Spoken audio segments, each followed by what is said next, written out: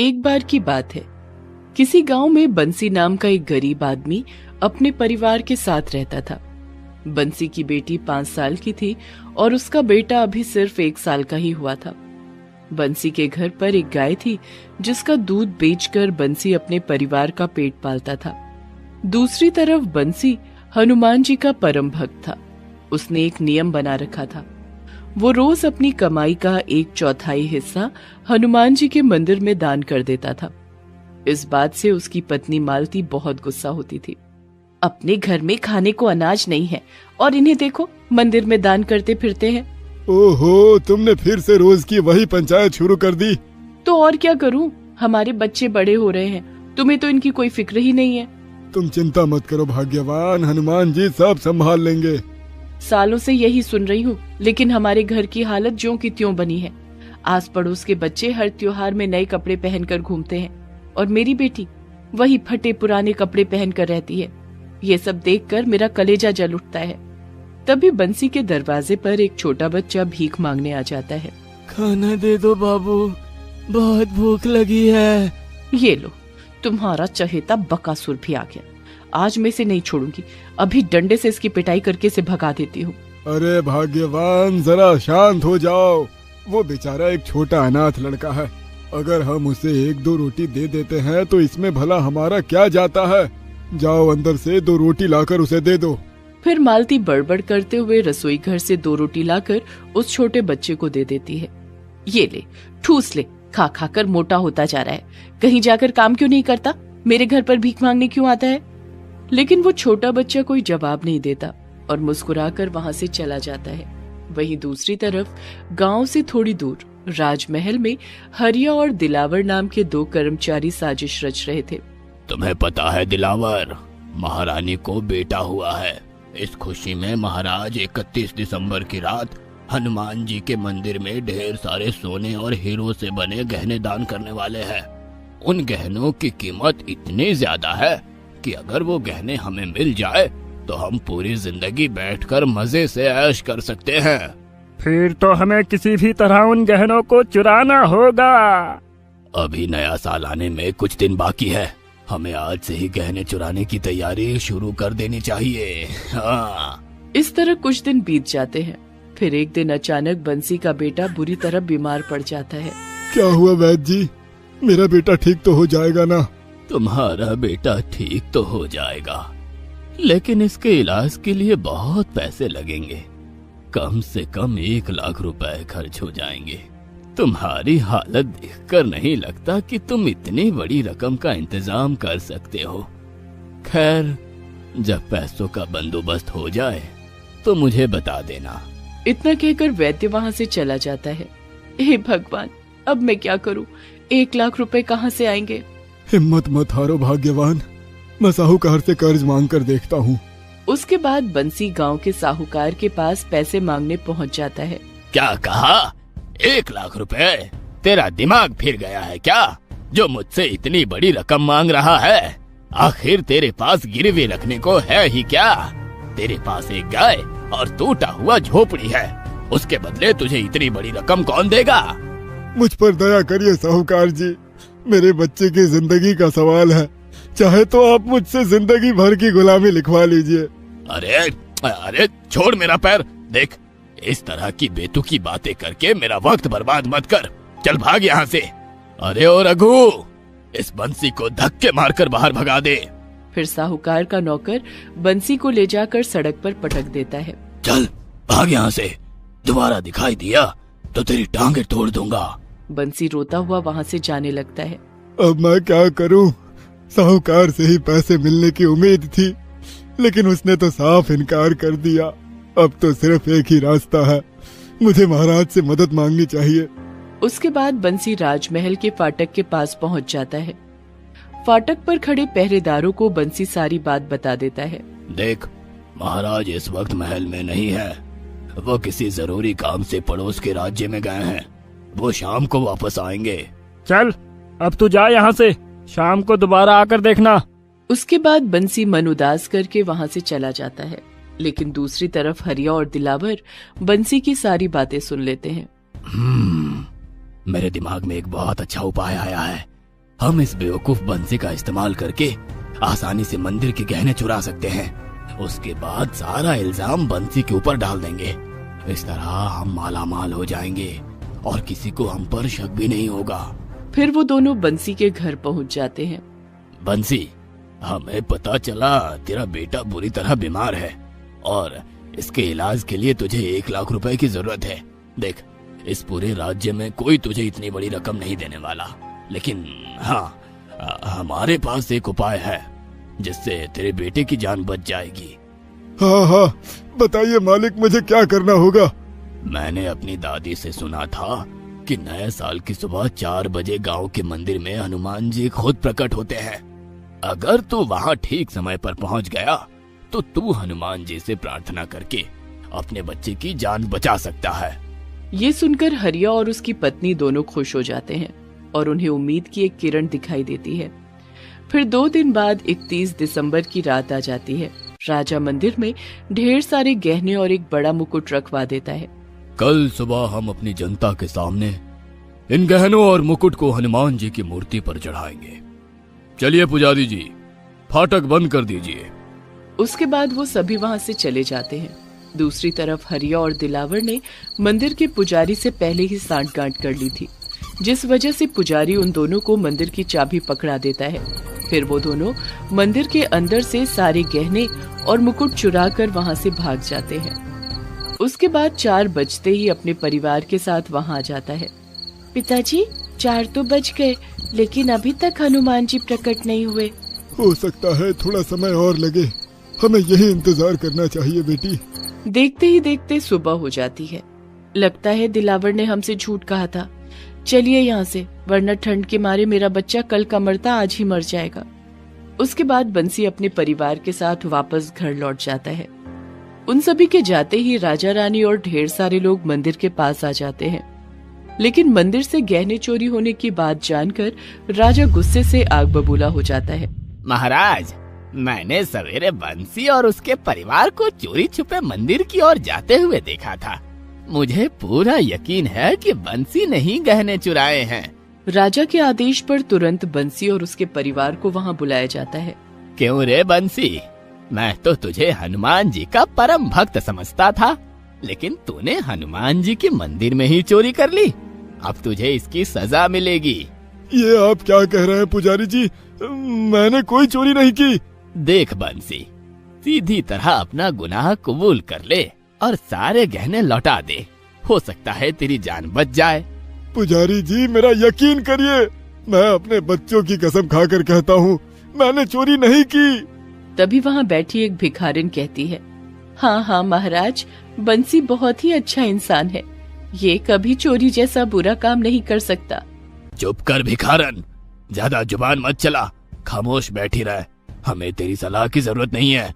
महाराज, इस दिलावर ने हमें मंदिर में आने के लिए कहा था। इसका कहना था कि नए साल की सुबह 4 बजे हमें हनुमान जी के दर्शन होंगे और वो हमारे बीमार बच्चे को पूरी तरह ठीक कर देंगे। देखा महाराज, चोर की पत्नी मुझ पर झूठा इल्जाम लगा रही है। आप चाहे तो हमारे घर की तलाशी ले सकते हो, हमारे पास कोई गहने नहीं है। मुझे तो लगता है इसने कहीं और छुपा दिए हैं, इसीलिए तलाशी की बात कर रहा है। बस बहुत हो गया, मैं और कुछ नहीं सुनना चाहता। बंसी और उसकी पत्नी को सामने वाले पेड़ पर फांसी दे दो। फिर सैनिक बंसी और उसकी पत्नी को पकड़ लेते हैं। बंसी की बेटी अपने भाई को गोद में लिए रानी के पैरों पर गिर जाती है। दया करिए रानी जी, मेरी माँ और पिताजी दोनों बेकसूर हैं, इन्हें छोड़ दीजिए। अगर तू इनकी जान बचाना चाहती है तो हमें गहनों का पता बता दे, वरना आज इन दोनों को मरने से कोई नहीं रोक सकता। मुझे कुछ नहीं पता रानी जी, मेरा यकीन करिए। ए, चल हट यहाँ से, मैं चोर की बेटी का यकीन नहीं करती। रानी बंसी की बेटी को धक्का देकर गिरा देती है, लेकिन तभी वहाँ भीख मांगने वाला छोटा बच्चा आ जाता है। ठहरो, बंसी और उसकी पत्नी बेकसूर है, उन्हें छोड़ दो। अरे भिखारी, अब तू कहाँ से आ गया? तेरा यहाँ कोई काम नहीं है, चल भाग यहाँ से। अच्छा ये बात है, ठहरो, मैं अभी दूध का दूध और पानी का पानी किए देता हूँ। इतना कहकर वो बच्चा 2 बार ताली बजाता है और वहाँ 2 बंदर उछलते कूदते आ जाते हैं। फिर वो दोनों बंदर हरिया दिलावर के साथ साथ पुजारी की पिटाई करने लगते हैं। अरे मर गया, अरे आहा, कोई बचाओ मुझे, अरे अरे ये दोनों बंदर तो बहुत खतरनाक है, कोई हमें बचाओ। फिर वो दोनों बंदर पास के पेड़ के पास पहुंचते हैं और वहां की डाल से 2 तलवार निकालकर उन तीनों को मारने के लिए आगे बढ़ने लगते हैं। चलो अब तुम तीनों अपने गुनाह कबूल करो, वरना ये दोनों बंदर तुम्हारी गर्दन काट देंगे।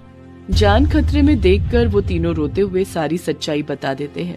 महाराज, आप जिसे मंदिर का पुजारी समझ रहे हैं, दरअसल ये किसी जमाने में बहुत बड़ा लुटेरा था। गांव वालों को बेवकूफ बनाकर यहाँ का पुजारी बन बैठा। लेकिन तुम कौन हो और तुमने ये सब कैसे किया? फिर अगले ही पल वहाँ एक रोशनी होती है और वो छोटा बच्चा हनुमान जी के रूप में बदल जाता है। ये देख सभी लोग उन्हें प्रणाम करने लगते हैं। हनुमान जी अपने आशीर्वाद से बंसी के बच्चे को पूरी तरह स्वस्थ कर देते हैं। बंसी, तुम मेरे सच्चे भक्त होने के साथ साथ एक नेक इंसान भी हो, इसीलिए आज से तुम्हें कभी गरीबी का मुंह नहीं देखना पड़ेगा। उसके बाद हनुमान जी अपनी शक्ति से सोने के सिक्कों से भरा एक मटका बंसी के सामने प्रकट कर देते हैं। फिर हनुमान जी अदृश्य हो जाते हैं। राजा उन तीनों पापियों को फांसी पर लटकाकर उन्हें उनके बुरे कर्मों की सजा देता है। दूसरी तरफ सोने के सिक्के मिलने से बंसी बहुत अमीर बन जाता है और अपने परिवार के साथ हंसी खुशी अपना जीवन जीने लगता है। जमींदार साहब का भांजा सुखदेव पुजारी जी के सामने ही अंजलि को धक्के मारकर हनुमान जी के मंदिर से बाहर निकाल देते हैं। अंजलि सर के बल गिरती है और उसके सर से खून निकलने लगता है। अंजलि गर्भवती है, उसके पेट में भी बहुत ज्यादा चोट लग जाती है। अंजलि दर्द से कराह उठती है। आह, मर गई। आह। अंजलि की दर्द भरी आवाज से पुजारी जी को दुख पहुंचता है। वो तावले हो जाते हैं, मगर सुखदेव को कोई फर्क नहीं पड़ता, बल्कि वो और गुस्सा हो जाते हैं और गुस्से में अंजलि से कहते हैं, तेरे साथ ऐसा ही होना चाहिए, नालायक कहीं की, तो इस मंदिर में प्रवेश करने के लायक ही नहीं है, बदतमीज औरत। अंजलि डर जाती है। असल में अंजलि इस मंदिर में हनुमान जी की सेवा करती है। वो इस गांव में ही रहती है। उसका पति रमेश 2 महीने पहले एक एक्सीडेंट में गुजर गया है। अंजलि की एक बेटी है पूजा, जो कि विकलांग है। वो बिस्तर से उठ नहीं पाती है। ऊपर से अंजलि फिर से मां बनने वाली है। पति के गुजर जाने के बाद वो पागलों की तरह काम ढूंढ रही थी। काम के लिए वो इस गांव के जमींदार भानु प्रताप के पास गई और रोते हुए बोली, जमींदार साहब, मुझे कुछ काम दीजिए, वरना मेरे बच्चे मर जाएंगे। मैं माँ होकर ये होते हुए कैसे देख सकती हूँ। ठीक है, गांव में हनुमान जी का एक मंदिर है, तुम वहाँ पे पूजा पाठ में पुजारी जी की मदद करो। उसके बदले तुमको और तुम्हारी बेटी को 2 वक्त का खाना मिलेगा। आपका बहुत बहुत धन्यवाद जमींदार साहब। अंजलि हनुमान जी की भक्त है, इसीलिए इस काम से वो बहुत खुश होती है। इसके बाद अंजलि मंदिर में काम पर लग जाती है। अंजलि रोज समय पर मंदिर पहुंचती है और सारा काम कर देती है। पुजारी जी अंजलि के काम से बहुत खुश होते हैं, मगर जमींदार साहब के भांजे सुखदेव को ये पसंद नहीं आता है, क्योंकि सुखदेव मंदिर में हमेशा पड़ा रहता है और हनुमान जी की पूजा का प्रसाद खरीदने के लिए दिए हुए पैसों से कुछ पैसे छुपाकर घर ले जाता है। अंजलि के होने से उस काम में उसे दिक्कत हो सकती है, इसीलिए पहले ही दिन सुखदेव अंजलि के ऊपर गुस्सा है। ऐसे कुछ दिन बीत जाते हैं। एक दिन अंजलि को आने में थोड़ी देर हो जाती है। आ गई बेटी, मैं तेरा ही इंतजार कर रहा था। मगर सुखदेव अंजलि के ऊपर गुस्सा हो जाता है। अरे कामचोर, ये कोई समय हुआ आने का? हनुमान जी की पूजा समय पर नहीं हुई तो सब कुछ खत्म हो जाएगा। तुझे इतना भी नहीं पता क्या, मूर्ख औरत कहीं की। क्षमा कीजिएगा, बेटी को खाना खिलाते खिलाते देर हो गई, आगे से नहीं होगा। अंजलि माफी मांग लेती है और उसके बाद मंदिर की सफाई में लग जाती है। तभी वहाँ पर जमींदार साहब आते हैं और पूजा के फल खरीदने के लिए पुजारी जी को पैसे देते हैं। पुजारी जी, ये लीजिए 400 रुपए, बाजार से बढ़िया फल खरीद के लाइएगा। जी जमींदार साहब। जमींदार साहब वहाँ से चले जाते हैं। उसके बाद सुखदेव पुजारी जी से वो पैसे ले लेता है और अंजलि को बुलाता है। ए अंजलि, इधर आ, ये ले 200 रुपए, जा बाजार से अच्छे फल खरीद कर ला। 200 रुपए? मगर जमींदार साहब ने तो 400 रुपए दिए। ए, वो देखना तेरा काम नहीं है। जितना बोला गया उतना कर, नहीं तो धक्के मारकर इस मंदिर से निकाल दूंगा। अंजलि डर के मारे वहाँ से चली जाती है। वो बाजार से 200 रुपए के फल खरीद कर लाती है और फिर पुजारी जी हनुमान जी की पूजा शुरू करते हैं। जमींदार साहब भी पूजा में शामिल होते हैं। मंदिर के बाहर भक्तों की लाइन लग जाती है। गांव के सभी लोग प्रसाद लिए आए हुए हैं। अंजलि हनुमान जी के लिए भजन गाती है। आरती कीजिए हनुमान लला की, दुष्ट दलन रघुनाथ करा की। आरती कीजिए हनुमान लला की, दुष्ट दलन रघुनाथ कला की। ऐसे ही सभी मिलकर बड़ी शांति से हनुमान जी की पूजा संपन्न करते हैं। उधर स्वर्ग से भगवान राम, सीता मैया और हनुमान जी के साथ ये दृश्य देख रहे हैं। अंजलि का गाना सुनकर तीनों मोहित हो जाते हैं। वाह, इसकी आवाज तो बड़ी मीठी है। हाँ, आपने बिल्कुल सही कहा स्वामी। क्या सुर है इसकी आवाज में। मैं तो मुग्ध हो गया, मैं मोहित हो गया, सम्मोहित हो गया। हनुमान, हाँ प्रभु। तुम्हें पता है कि इसकी आवाज में ये गाना इतना मीठा क्यों लग रहा है? क्यों प्रभु? क्योंकि ये पूरे मन से तुम्हें पुकार रही है। यही तुम्हारी सच्ची भक्त है। बाकी सब तो भक्त होने का दिखावा करते हैं। मुझे पता है प्रभु, इसका नाम अंजलि है। ये बहुत ही गरीब है, मैं इसकी मदद करूंगा। हनुमान जी ये सब कह ही रहे थे, तभी उन्होंने देखा कि मंदिर में कुछ बातचीत हो रही है। भक्तों में प्रसाद बांटा जा रहा है। अंजलि, जाओ जाके सभी में ये फल बांट दो। अंजलि भक्तों में फल बांटती है, मगर कुछ ही लोगों को फल मिलता है। ये क्या, प्रसाद खत्म हो गया? ये क्या बात हुई जमींदार साहब?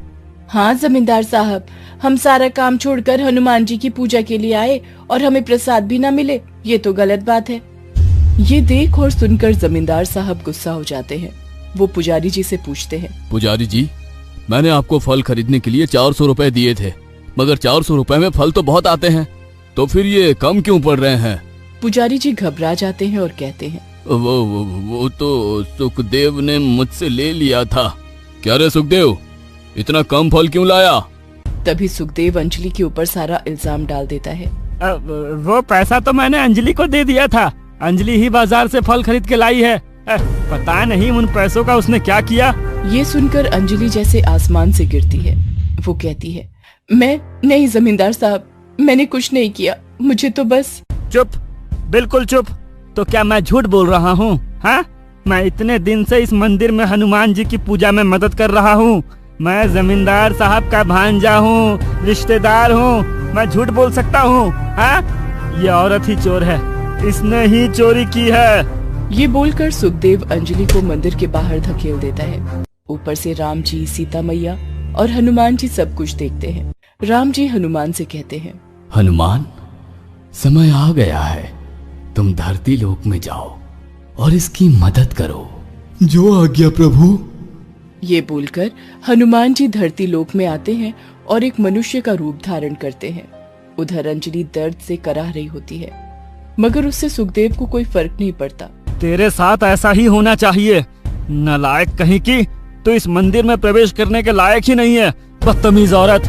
सुखदेव, दया करके छोड़ दो बेचारी को, उसके पेट में बच्चा है। तो क्या हुआ? पेट में बच्चा लेकर कोई चोरी नहीं कर सकता है क्या? आज तो मैं इस अंजलि को छोड़ूंगा नहीं। अंजलि बहुत डर जाती है, उसको कुछ हो गया तो, उसके बच्चे को कुछ हो गया तो। तभी वहाँ पर मनुष्य के रूप में हनुमान जी आ जाते हैं और कहते हैं, अरे क्यों मार रहे हो इस भोली औरत को? छोड़ दो इसे। तुम कौन हो? मैं ही वो फल वाला हूँ जिससे इसने फल खरीदा था। मेरा नाम नरेश है, मैंने ही इसे उल्लू बनाया था। ज्यादा पैसे लेकर कम फल दे दिए थे, मगर इसके बाद मुझे एहसास हुआ कि मैं हनुमान जी की पूजा का फल कम देकर पाप कर रहा हूँ, इसलिए मैं वापस चला आया। माफ कीजिएगा हमें, ये लीजिए बाकी के फल। ये बोलकर हनुमान जी बहुत सारे फल दे देते हैं। जल्दी से प्रसाद दो, घर भी जाना है। हाँ हाँ जल्दी दो। अंजलि सभी को फल काट कर देती है। सभी खाकर चले जाते हैं। हनुमान जी भी वहाँ से चले जाते हैं। सुखदेव मन ही मन में सोचता है, आज तो अंजलि को सबक नहीं सिखा पाया। मगर कल जरूर सिखाऊंगा। सभी मंदिर से चले जाते हैं। अंजलि घर लौटकर पूजा को खाना खिलाती है। उधर हनुमान जी वानरों के राजा से बात कर रहे हैं। आसपास बहुत सारे वानर हैं। प्रणाम हनुमान जी, बोलिए हमसे क्या काम है? बहुत जरूरी काम है, बोलो, मेरे कहने पर ये काम कर पाओगे? हमारा जीवन तो आपके ही चरण में समर्पित है, आप बस आज्ञा कीजिए। हनुमान जी वानरों के राजा से कुछ कहते हैं। अगले दिन सुबह पुजारी जी मंदिर में आते हैं और जोर जोर से चिल्लाने लगते हैं। अरे हनुमान जी की सोने की मूर्ति कहाँ गई? चोरी हो गई, चोरी हो गई, हनुमान जी की सोने की मूर्ति चोरी हो गई रे। ये सुनकर वहाँ आसपास के सब लोग आ जाते हैं और देखते हैं कि हनुमान जी की मूर्ति गायब है। सुखदेव भी आ पहुँचता है और मन ही मन में हंसता रहता है। जमींदार साहब के पास ये खबर पहुँचती है और वो पुलिस लेकर मंदिर आ जाते हैं। तभी वहाँ पर अंजलि आती है और सुखदेव अंजलि के ऊपर पूरा दोष डाल देता है। इसने ही चोरी की है मूर्ति। इसके आंखों में मैंने लालच चमकते हुए देखा है। हाँ। मैंने? नहीं, ये झूठ है, मैंने चोरी नहीं की। मगर पुलिस अंजलि की बातों का यकीन नहीं करती है और अंजलि को पकड़ लेती है। तभी वहाँ पर मनुष्य के रूप में हनुमान जी आ जाते हैं। उनके साथ मनुष्य रूप में कुछ वानर भी हैं। उसमें वानरों के राजा भी मौजूद हैं। नहीं, ये चोरी अंजलि ने नहीं की है, ये चोरी हमने की है। मगर तुम चोरी करके वापस क्यों आए हो? क्योंकि हमें हमारी गलती का एहसास हो गया है, गिरफ्तार कर लीजिए हमें। पुलिस अफसर अंजलि को छोड़कर हनुमान जी और उनके साथियों को गिरफ्तार कर लेते हैं और जेल में बंद कर देते हैं। उधर सुखदेव अपने घर में मन ही मन में बहुत खुश है। वो हनुमान जी की सोने की मूर्ति के पास बैठा हुआ है। वाह, किसी को पता ही नहीं चला कि ये मूर्ति मैंने चोरी की है। अब इसे बेचकर बहुत पैसा होगा। तभी वहाँ वानरों का झुंड आता है और सभी सुखदेव के घर में घुस जाते हैं और फिर उसके हाथ पैर खींचने लगते हैं। सुखदेव के बाल पकड़कर खींचते हैं। अरे ये क्या हो रहा है? इतने सारे वानर कहाँ से आ गए? छोड़ो मुझे, छोड़ो। तभी वहाँ मनुष्य के रूप में हनुमान जी आते हैं। अरे तुम तो जेल चले गए थे, फिर इस वक्त यहाँ कैसे आए? हम तो हर जगह हैं। ये बोलकर हनुमान जी असली रूप में आते हैं। सुखदेव आश्चर्यचकित हो जाता है। हनुमान जी, आप? तू मनुष्य के नाम पर कलंक है, तेरे मन में लोभ भरी है। तूने अपने फायदे के लिए एक निर्दोष पर झूठा आरोप लगाने की कोशिश की। तेरे पाप का घड़ा भर चुका है। माफ कर दीजिए हनुमान जी, माफ कर दीजिए प्रभु, मुझसे गलती हो गई। माफी तो तुझे मिल नहीं सकती। अभी जा और पुलिस को सब कुछ सच सच बता दे, वरना मेरे गुस्से के बारे में तो तुझे पता ही है। गुस्से में आकर मैंने पूरा लंका जला दिया था। तू तो सामान्य मनुष्य है। सुखदेव तभी पुलिस के पास जाता है और सब कुछ सच सच बता देता है। पुलिस अफसर हनुमान जी को प्रणाम करते हैं। सुखदेव के घर से हनुमान जी की खोई हुई मूर्ति बरामद होती है।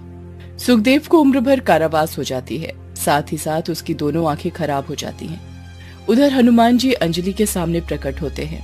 अंजलि, तुम्हारा मन साफ है, तुम सच्चे मन से हमारी पूजा करती हो। तुम्हारे मन में लोभ नहीं है, तुमसे मैं प्रसन्न हूँ। आज से तुम्हारा सारा दुख खत्म हो जाएगा। पैसों के लिए तुम्हें काम करने की जरूरत नहीं पड़ेगी। तुम्हारी बेटी भी ठीक हो जाएगी। तथास्तु। ये बोलकर हनुमान जी अदृश्य हो जाते हैं। इसके बाद अंजलि के पास बहुत पैसा आ जाता है। उसकी बेटी पूजा भी बिल्कुल ठीक हो जाती है। कुछ महीनों बाद अंजलि को एक बेटा होता है। अंजलि के पास अब किसी भी चीज की कमी नहीं है, मगर फिर भी अंजलि हनुमान जी की पूजा करना नहीं छोड़ती। वो हर रोज मंदिर में पुजारी जी के साथ हनुमान जी की पूजा करती है। गांव के सब लोग उससे बहुत प्यार करते हैं। ऐसे में अंजलि अपने बच्चों के साथ खुशी खुशी जीवन बिता दे। दोस्तों, आप हमारे चैनल को जरूर सब्सक्राइब करें